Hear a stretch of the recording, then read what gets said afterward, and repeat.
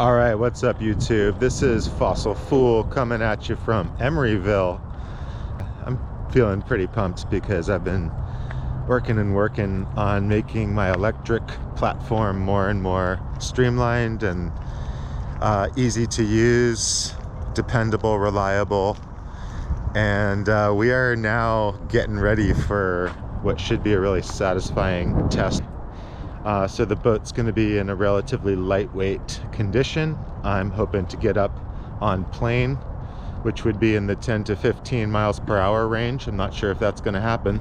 We got a really nicely fully charged battery and I want to use a bunch of it.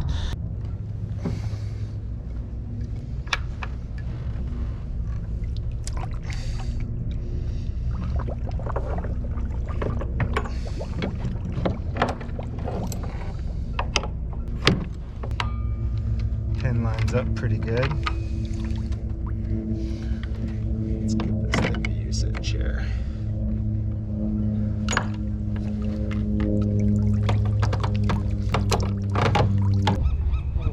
Let's store this back here. It won't hit the propeller anymore. 1.8 kilowatts, and we're doing about hull speed. And if we slow it to 1 kilowatt, are we still doing hull speed? Yeah, we're still doing hull speed at 1 kilowatt with fewer bubbles. So, pretty good. There's all the new work. There's a motor holder that reveals the majority of the motor surface for cooling. More streamlined with the cool new system for raising and lowering. Here's all my controls. That's my throttle right there. My system's got 57.5 volts. I've got a nice battery over there in a custom dry bag, not quite sealed yet. And I'm awaiting my friend, see if he's coming on in. Yeah. And you know, the boat is now using 3 kilowatts. Feels a lot faster, but we're only doing 6. And we have a stable temperature reading of around 13 ohms. I think that can get down to like 5. Just being here at sunset, there's the telltale of the speed. This is 11 kilowatts, a respectable wake. Not that much higher on the speed, and we're up at 55% of the throttle range. Just to take it up just a little bit higher, seeing a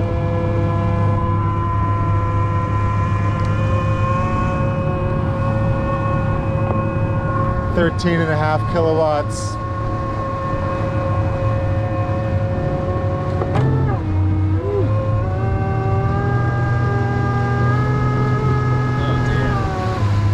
And we hit 10 miles an hour at 16 kilowatts. And keep in mind, 16 kilowatts is more than my electric car needs to go 60 miles an hour over flat ground on the freeway.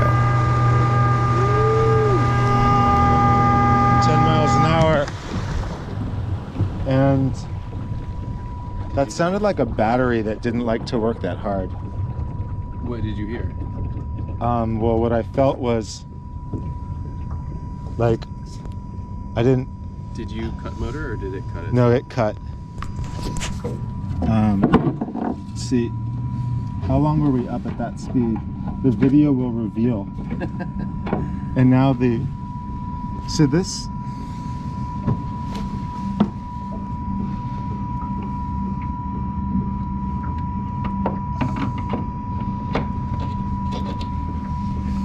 Now, that was either some kind of like a protection circuit or we broke something. So let's try something at a low power.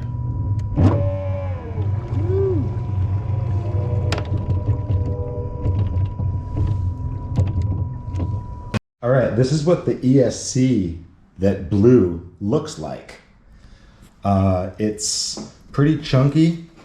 I've already removed the rear lid And interestingly, I started picking out this rubbery stuff that is the potting material.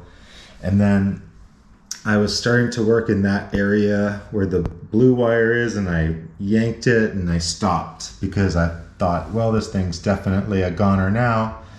How did the potting do? It did pretty well. I didn't detect any moisture. This is such a weird one. They actually had this in there with that nut. It was just sitting underneath potting with these nuts in it, just like that. And I have no idea why they had that in there. It's definitely not doing anything. This one's kind of stuck on. So yeah, you've got your 2 wires coming in from the battery, and you've got the 3 wires coming out to do the phases of the motor. And then interestingly, these controllers have water cooling. So these flexible hoses make a pathway that zigs back and forth and comes out over here. And you need to make sure that that is continuously running when you're running the motor hard. But fortunately, if you're only running the motor for a minute or two, the aluminum has a pretty good amount of mass to it, so that helps to prevent overheating. The aluminum is able to absorb a lot of heat on its own, probably in the 1,000 to 2,000 watt range, just can run it without a pump. Since I'm interested in doing, 8,000 watts, 10,000 watts, 12,000 watts, then the pump really is quite important. The ESC that's actually in the boat is a little bit bigger than this one. It's the 500 amp version. It fits just in that pocket where my outboard well is.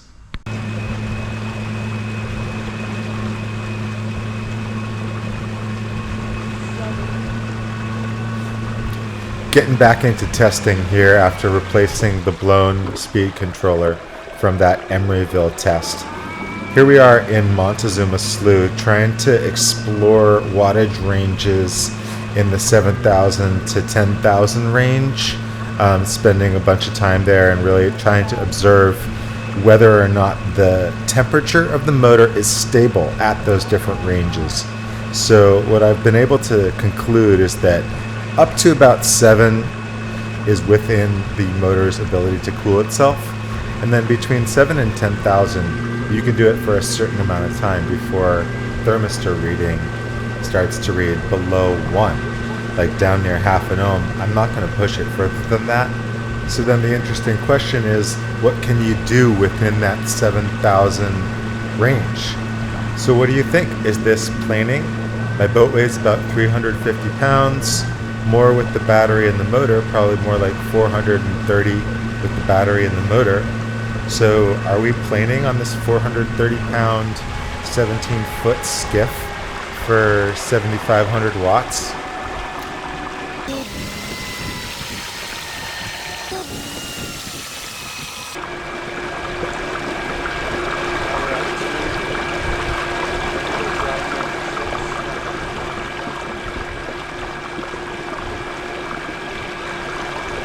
And as we slow down to pass this fishing boat using less than 1,000 watts and still going hull speed, it kind of calls into question the whole project. Like, why is it so desirable to use 10 times, more than 10 times as much power if you're only going to go 50% faster? One thing that I would say on that subject is that the rougher the water, the more beneficial it is to have more power.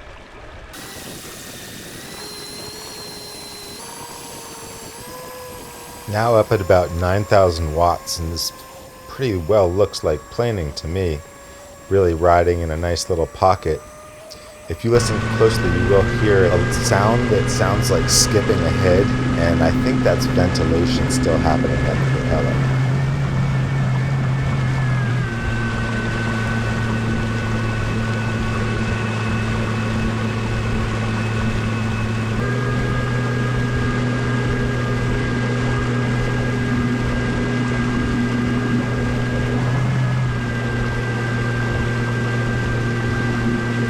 The biggest test of the day begins with more of that ventilation sound and the sight of water pushing up through the wiring channel and spilling out the top of my assembly. I later taped that. It looks horrible, but it actually was a very trivial problem with some electrical tape to solve.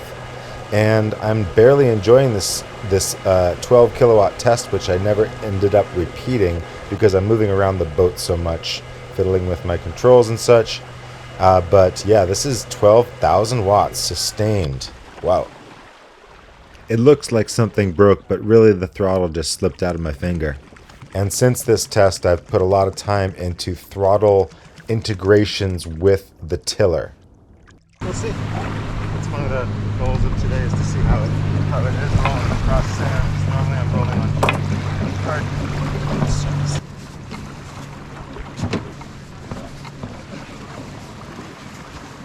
This side's kind of buried. And here you'll see us using the wheels of the first mod, originally designed for bicycle towing, to get through wet sand until we floated. There's no way we were going to launch this far with the electric car and the car trailer. We had to use the bike wheels. Testing this time in Bolinas, and we launched at this primitive boat ramp there at the end of Wharf Road and crossed the wet sand into the water. And in order to be able to try out this test,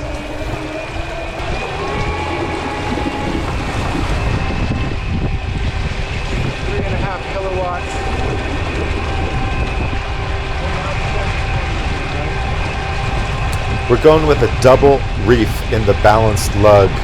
We weren't able to raise the sail as high as I would like, and the reefing lines are kind of annoying me until the wind shifts off the point here, and we're lining up with the incoming brake. We're just starting to get a little bit of help from the wind, and let's see how it is using the electric system to get through the brake.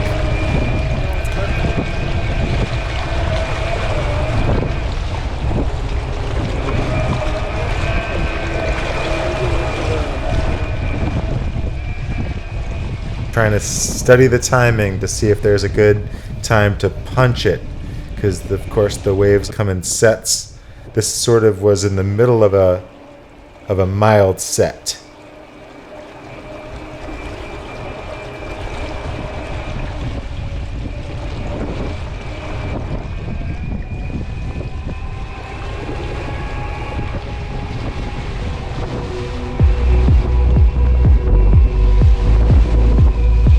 Now we got some help from the wind, and we're creeping towards the last of the waves. First mod still tracking pretty nice, although the gusts are shifting off the bluff here. And trying to time them just right so we're not punching through too much white water. Gonna accelerate just a little bit at the end. Don't want to accelerate too much, fly off, and then smack harder than we need to.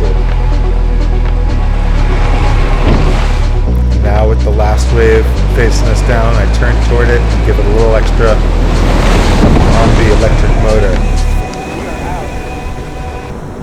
I like the ability of the electric system to turn us to face the wave when we needed to. I was thinking about trying to get to the glassy water on the far right, but then switched my plans and went to square up, and the motor had enough power to do that.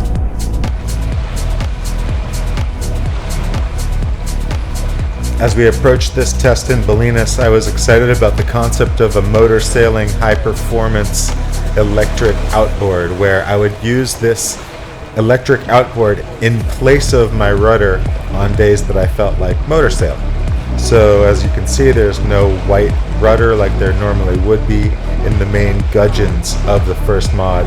I'm instead using this black carbon electric system of my own design and steering the boat with it. This does mean that you have to continuously use it when sailing upwind. When sailing downwind, it was possible to cut motor completely and only use the wind. But when sailing upwind, you kind of have to continuously use the motor at lower power levels to track your course.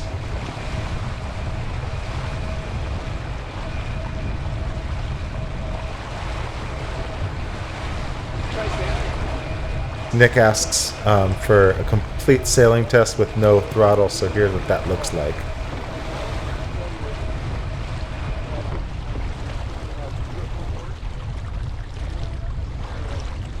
the speed drops. This is with no motor. Talking to the camera. Which is what you would expect, but more importantly, when I do try to use the tiller, Yeah, but I can't. it doesn't have the effect of a normal rudder. So you need the power of the motor to execute a maneuver, but then when you do, it's pretty good.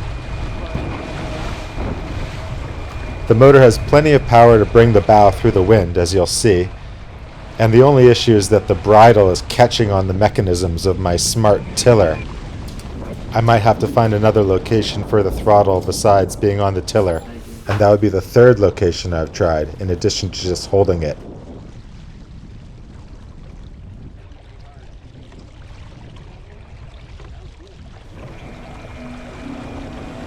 Now making our way back towards the beach through the break. You'll see me try to get the timing of the set for a little while and then give it a substantial amount of power, get on plane, and really enjoy this way in.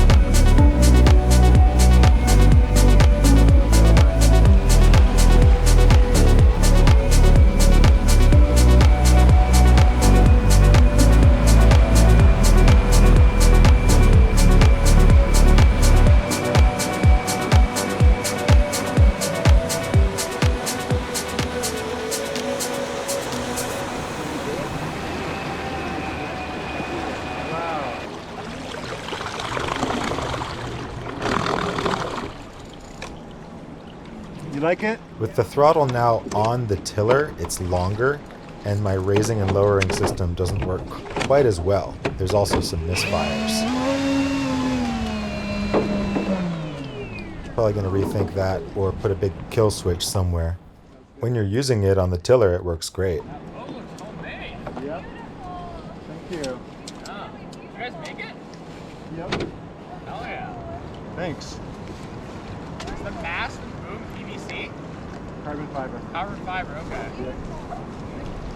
The electric motor sailor, Wow. but it's got broke. Throwing on the camera because we have a cool operation happening here. I try to document when I'm making something that's really like load sensitive. In this case, making a motor support, and I have one of these. The one that I have has a sort of a high profile, and the propeller blades are already on the small side. So we're going to redo that to use hose clamps, and that's going to have two benefits. One of the benefits is that it's going to present a much smaller profile. The current cylinder is nearly 1/4 of an inch, maybe 3/8 of an inch thick in places, and I guess what really matters is the widest point, because water has to pass around it. And so with the hose clamps, it's going to reduce that to a very thin piece of steel. The other benefit is that the water cooling is going to be improved. When I've got an operation this big where it's really load dependent, that's when I want to try to capture to see how the thing was made. And we're going to start with the cap.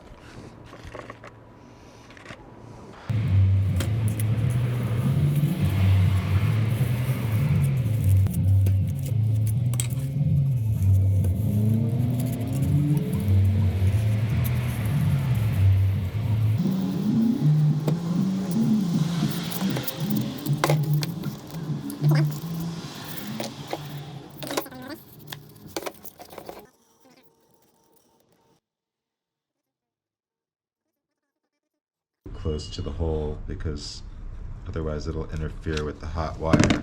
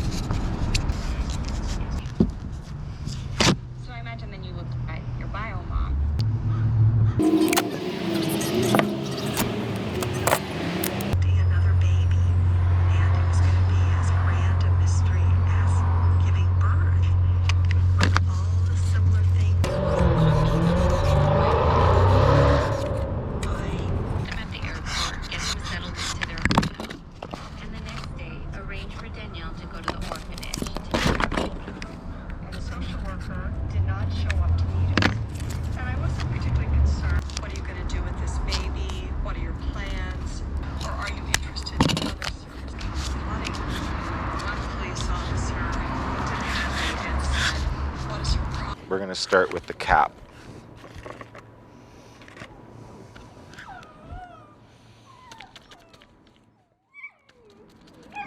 What? I'm hungry too. Now I'm gonna start building up the sleeves. I know, I want to go soon too. I'm gonna record how many layers there are. I think it was supposed to be up to 12 layers.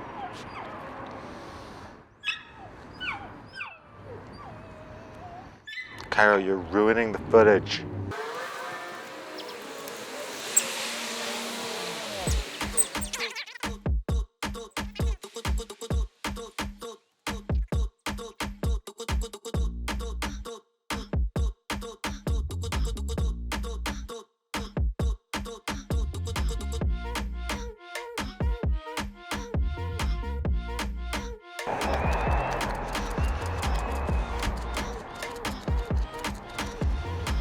Now we're down to the last few in the stack. So I think I'm just gonna use them all up. Yep. It's kind of ridiculous, but this is the design, is to make these two very large, leathery strips, and that using that, I'm gonna make structure to use the hose clamps on.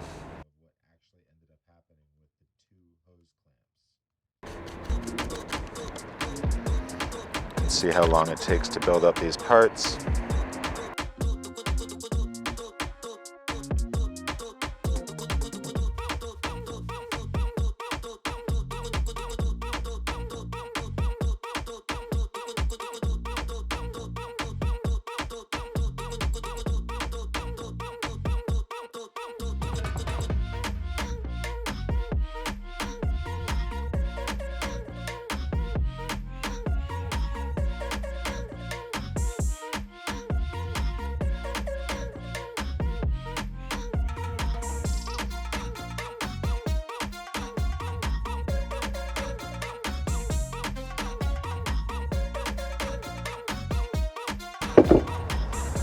Now I'm building up the area where the hose clamps are going to be. I'm going to open these up and find the middle.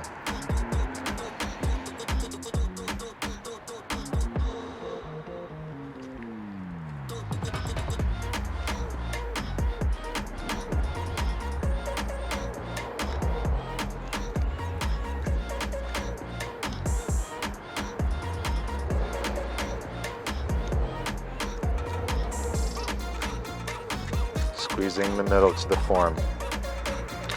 Now, starting to think about how much I can get away with at this end.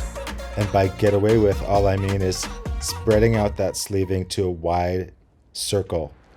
Leaving enough room for a hose clamp. And now, squeezing it back to the form. Wow. Kind of beautiful. Proceed to the next in the crew. His name is often camp and he might not come through. Because when his cupcake status is low. And now let's do the other one.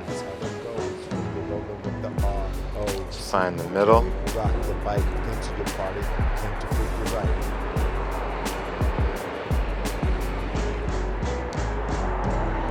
There's the middle.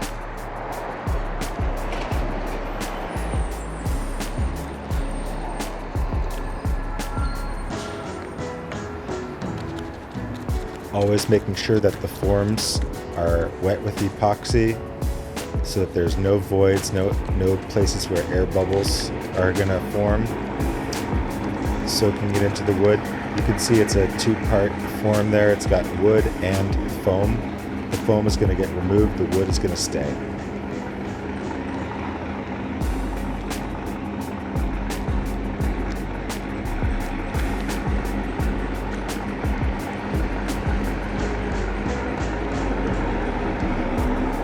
Look how easy it is to spread out this sleeving into a flat flower ready to weld to the surface of that motor holder. I can't imagine any other material that does this. You can't do this with metal.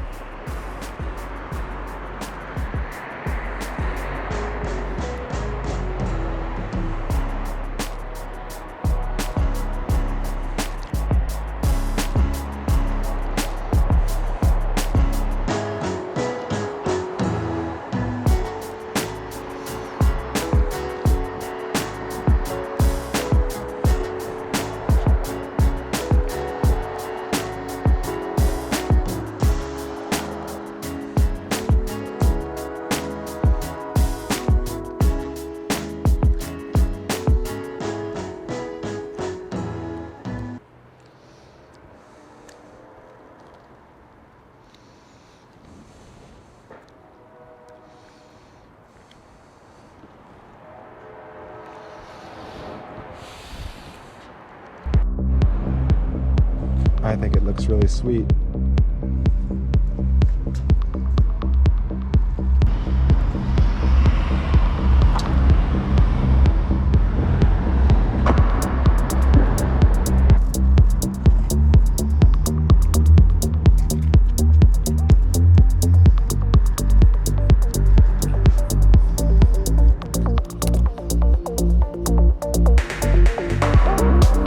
I want you to see how sloppy and jagged all the edges are at this point in the process, and how later on that all just fuses into a form.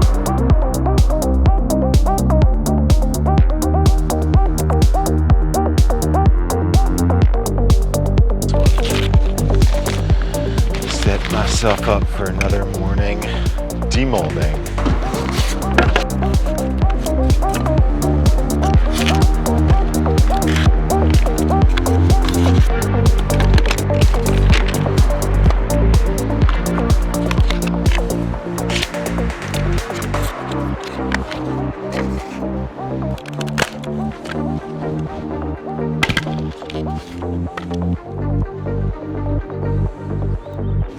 Just enough room for a hose clamp. I like that.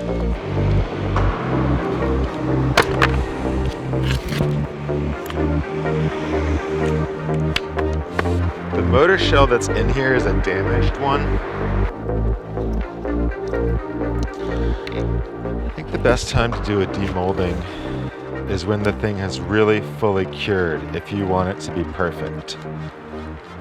When it's at that 90% phase, you can definitely cause a little bit of damage with this kind of shit. But because I am anxious, I'm gonna go for it.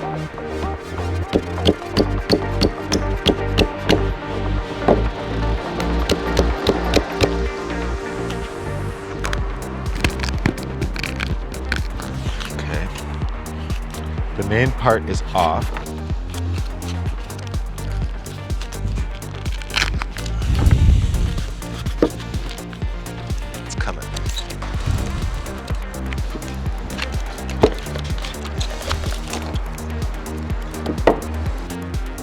Time for a trim up. Nice demolding. Doesn't sound fully cured yet. That's gonna sound a lot more lively. Go get this trimmed up. Sustained a little bit of water condensation right there. Okay, I wanted to make the clip though because of the significant difference between the first one and the second one. The first one grabbed the motor all the way around it and left very little water rushing past, and the water that was rushing past had to go down and up, so it wasn't really hitting it and taking heat away. So this one didn't do enough to shed heat on the motor that actually overheated. On the other hand, this one is going to leave so much. I'm going to put the motor in backwards because dealing with the wiring takes time. Normally the propeller would be here. This one allows a huge amount of cooling area for water rushing past. The hole is a little higher on the new one, and that puts the motor just a little bit lower. So now let's move down the line. This is the main strength of the Outboard. When you don't use a mold, you end up with the texture of the cloth or the electrical tape or whatever was the last thing to touch it. And then later you can go through, sand it down, build it up, sand it down, build it up as much as you like to create the level of surface polish that you desire. In this case, I want a high level of surface polish because this thing's moving through the water. This is the main pivot.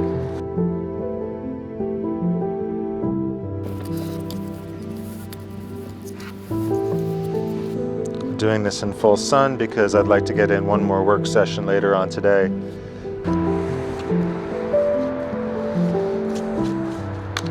This one is the motor holder.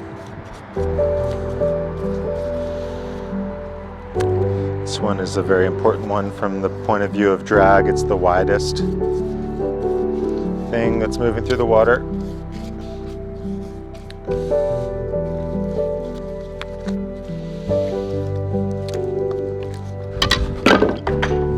Crap.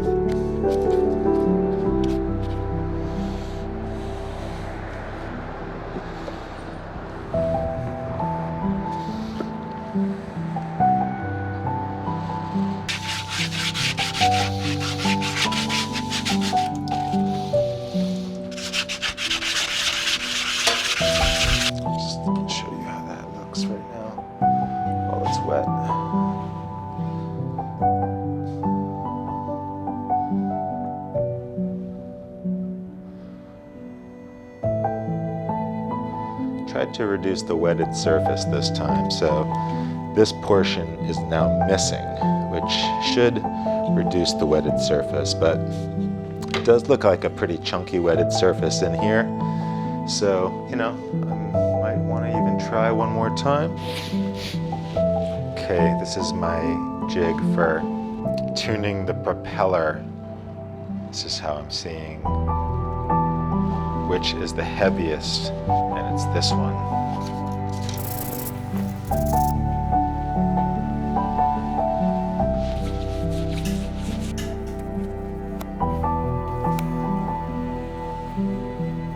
The prop blades were made without a mold. They were made kind of by eye, and that's why there's so much need for individually retouching each blade and then balancing them. If I had to do this over again, I would do it with a mold. The process was to start with an existing aluminum propeller and extend the blades to increase the relative diameter of the blades to the motor shell itself. Increasing the size of the blades increases the risk of overheating of the motor, and that's something that I intend to try to figure out in upcoming testing, comparing this custom carbon modified propeller to the original propeller, of which I still have one.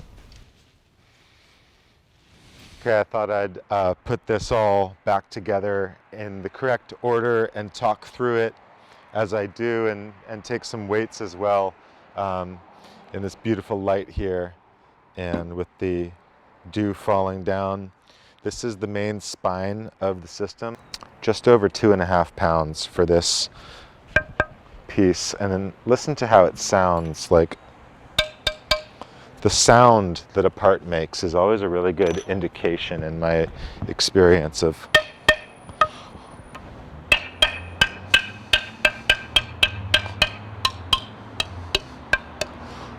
only this part right here sounds kind of dead. The other parts sound really lively because they're so tight that they only move a little bit after a hit. And like something that's thinner, like this motor holder,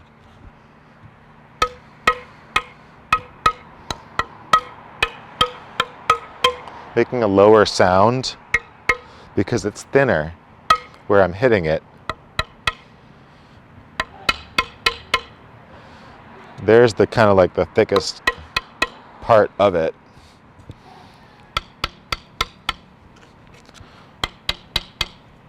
Doesn't have as clear of a sound. Okay, so moving along here, since we actually do have some work to do today, I'm gonna attach it in the order that it goes. This next part is the main pivot. A little over 2 1/4 on this one.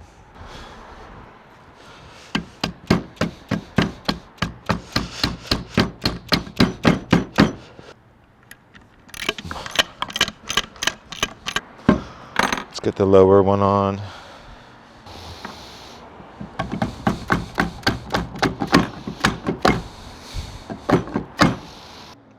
Steering is stiff, but that's okay because first of all, you actually want it to hold your setting quite often, and second of all, it's just going to wear itself in. To take the weight of the motor while I have it in my hand, I'm expecting it to be about 9 pounds, just under 10 pounds.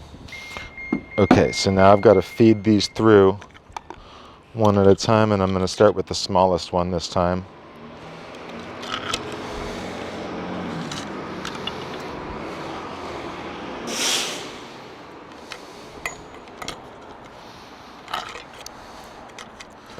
Pretty easy.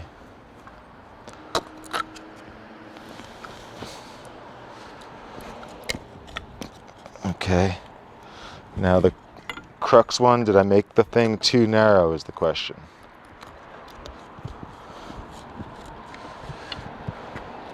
And the answer is no. That was pretty easy, so that was a good educated guess there. And now I'm gonna try to orient it better.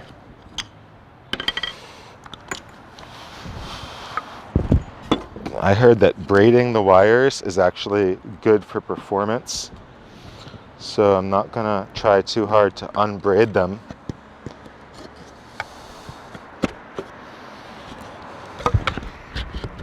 Nice. Ooh yeah.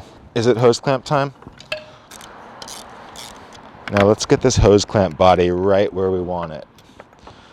Right where there's the minimum amount of drag.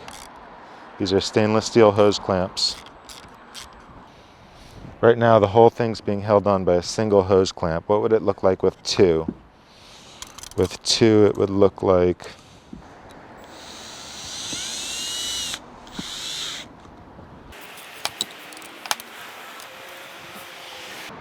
pretty nice. Let's put the propeller on there, just get a nice shot of that.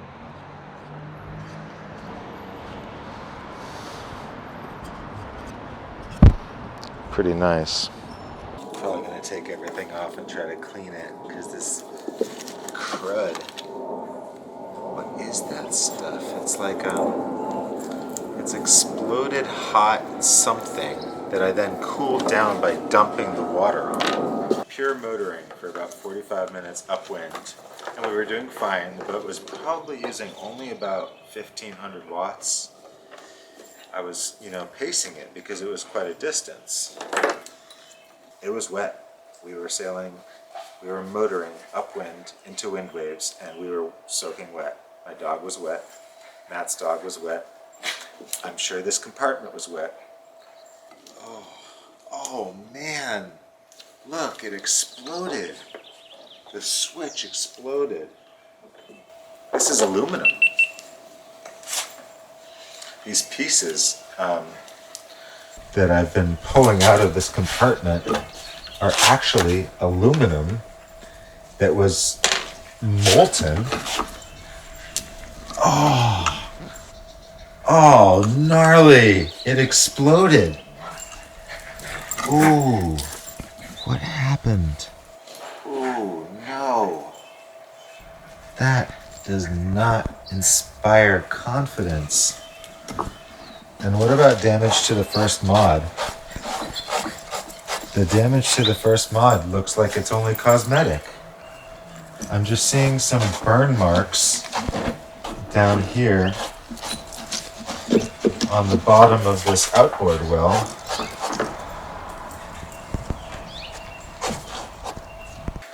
My theory was that it was just, a case where I needed to, do a better job, you know, crimping my connector. But now that I'm taking this apart and seeing this damage to the switch, I thought this switch was waterproof. So when this happened, there were big flames shooting out of this area. That was enough energy to melt aluminum. There were big, not flames, but big sparky things floating away from this area, and I told Matt, disconnect the battery. He went to it and he did it quickly. MTS 2009AS, rated for 20 to 85 volts with 300 amps as its rating. Now, I was not doing anywhere close to 300 amps. I think I was doing 1 to 2 kilowatts, and that would have been, crap, why don't I know this? I think I was only doing 20 to 30 amps. That would be 1,000 to 1,500 watts. So I was not doing anywhere close to the rating of this switch. So why did it explode? I wanted to include this clip because, you know, it's really easy to come on YouTube and see people who are excellent at things and be like, oh wow, you know, I can do that, or oh wow, that guy's so good at that, you know, I'll never be as good as that. And I feel like I've been posting all this kind of like good footage of using this outboard system, but in reality, you should not do this project unless you're prepared for being on the bleeding edge, because this thing that exploded was that could have been our safety plan for when we didn't want to have the sail up. As it turned out, what we did was we raised the sail after this carnage, and then we sailed hard upwind for an hour and a half, which was fine. We were happy to not be on a boat that was melting down. It felt like it was melting down. I mean, for it to have destroyed the aluminum case like that means that was similar amounts of energy to welding. I mean, because when you weld aluminum, that's what happens. So this is like, those were short blasts of high intensity power being discharged from the batteries through these big fat wires. Thanks so much for watching. I'll try to keep you posted on the project and how it goes from here. Please help me along on YouTube by liking, sharing, subscribing, and all that. Till next time.